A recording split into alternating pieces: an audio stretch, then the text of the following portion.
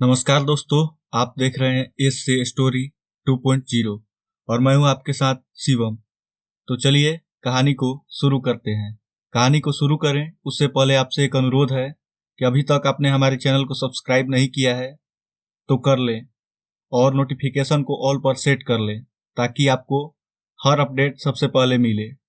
कहानी को शुरू करें उससे पहले आप अपने दोनों कानों में ईयरफोन या हेडफोन का प्रयोग करें जिससे आपको मेरी आवाज स्पष्ट रूप से सुनाई दे। तो चलिए कहानी की ओर बढ़ते हैं। तो चलिए कहानी को शुरू करते हैं। कहानी का शीर्षक है भूतिया डाकघर।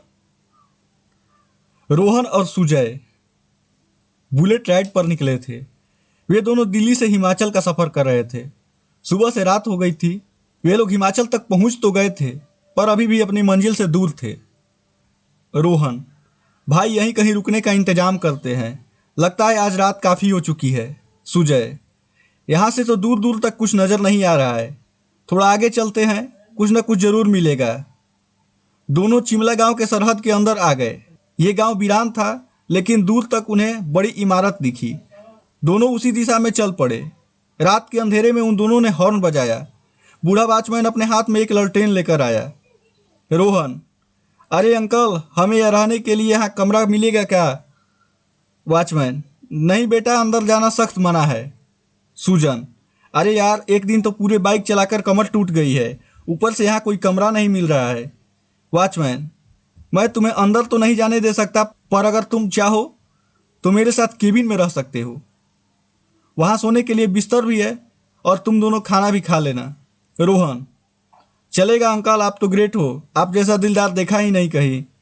दोनों लड़के वॉचमैन की केबिन में गए और फिर वॉचमैन ने उन दोनों के लिए गर्म चाय बनाई। ठंड बहुत थी तो दोनों को चाय बहुत पसंद आई।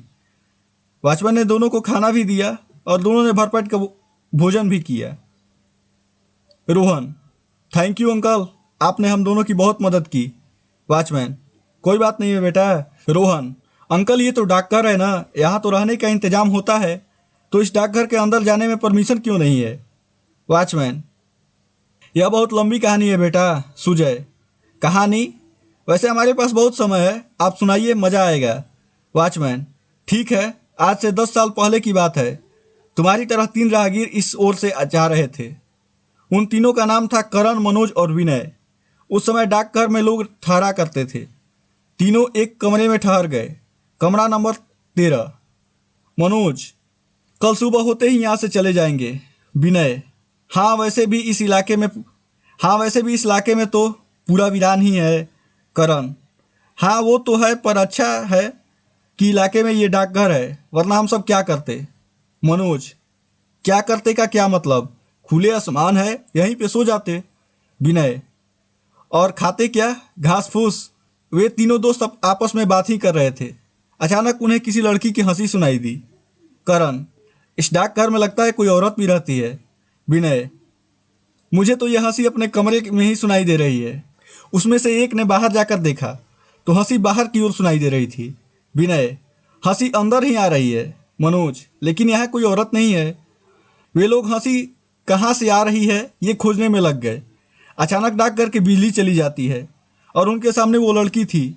सुजान का बस चेहरा ही नजर आ रहा था। मनोज, आप कौन हैं और हमारे कमरे में क्या कर रही हैं? सुजान हंसती रही और हंसते हंसते तीनों राहगीरों को मौत के घाट उतार दिया। अगली सुबह बस हमें उन तीनों की लाश मिली। रोहन, कौन है सुजान और उसका इस भूतिया डाकघर से क्या संबंध? उसके साथ आखिर हुआ क्या था?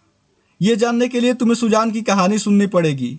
11 साल पहले की बात है। हमेशा की तरह टूरिस्ट हिमाचल घूमने के लिए आया करते थे और कई टूरिस्ट शिमला में भी ठहरा करते थे।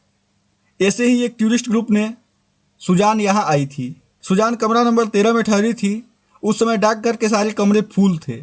सुजान बहुत ही खूबसूरत थी, सुनहरे बाल, गोरा रंग, हर एक की नज़र सुजान पर थी। सुजान और उसके 2 दोस्त दिनों तक शिमला में ही रुके थे।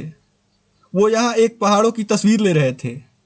रात में वे अपने अपने कमरे में सोने चले गए। अचानक आधी रात को सुजान को कमरे से चीखने की आवाज़ सुनाई दी। उसके दोस्त और हम लोग वहाँ पहुँचे। सुजान जोर जोर से चीख रही थी।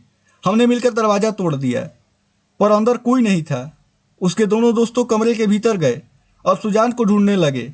फिर अचानक सबको सुजान के हंसने की आवाज़ सुनाई देने लगी। सब ने ऊपर देखा तो सुजान छत से चिपकी हुई थी और जोर जोर से हंस रही थी। यह मंजर देखते ही हम लोग वहां से भाग गए। उसके दोनों दोस्त वहीं फंस गए। दरवाज़ा अपने आप बंद हो गया और फिर हमें सुजान के दोस्तों की चीखने और चिल्लाने की आवाज़ सुनाई देने लगी।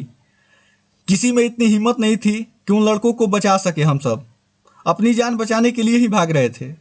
अगले दिन हमें सुजान और उसके दो दोस्तों की भी लाश मिली। दोनों दोस्तों का शरीर टुकड़े टुकड़े हो चुका था और सुजान का सर अलग था। पता नहीं उस कमरे में आखिर हुआ क्या था। मनोज, यह तो बहुत अजीब बात है, लेकिन सुजान के साथ आखिर हुआ क्या था? वह भूत बनी कैसे? वॉचमैन, पता नहीं, लेकिन उस दिन के बाद से जो भी डाकघर में रहने आया उन सब की बस लाशें ही मिली। शिमला के लोगों ने इस डाकघर को बंद कर दिया और यहाँ किसी को रहने की अनुमति नहीं है। सुजय, अंकल जी आपको कुछ क्यों नहीं हुआ? वॉचमैन, क्योंकि मैं कभी रात में डाकघर के भीतर गया ही नहीं। मनोज, अंकल मुझे ये कहानी अधूरी सी लग रही है। मुझे जानना है कि सुजान के साथ आखिर उस कमरे में उस रात हुआ क्या था। वॉचमैन, अब तो यह खुद सुजान ही बस जान सकती है।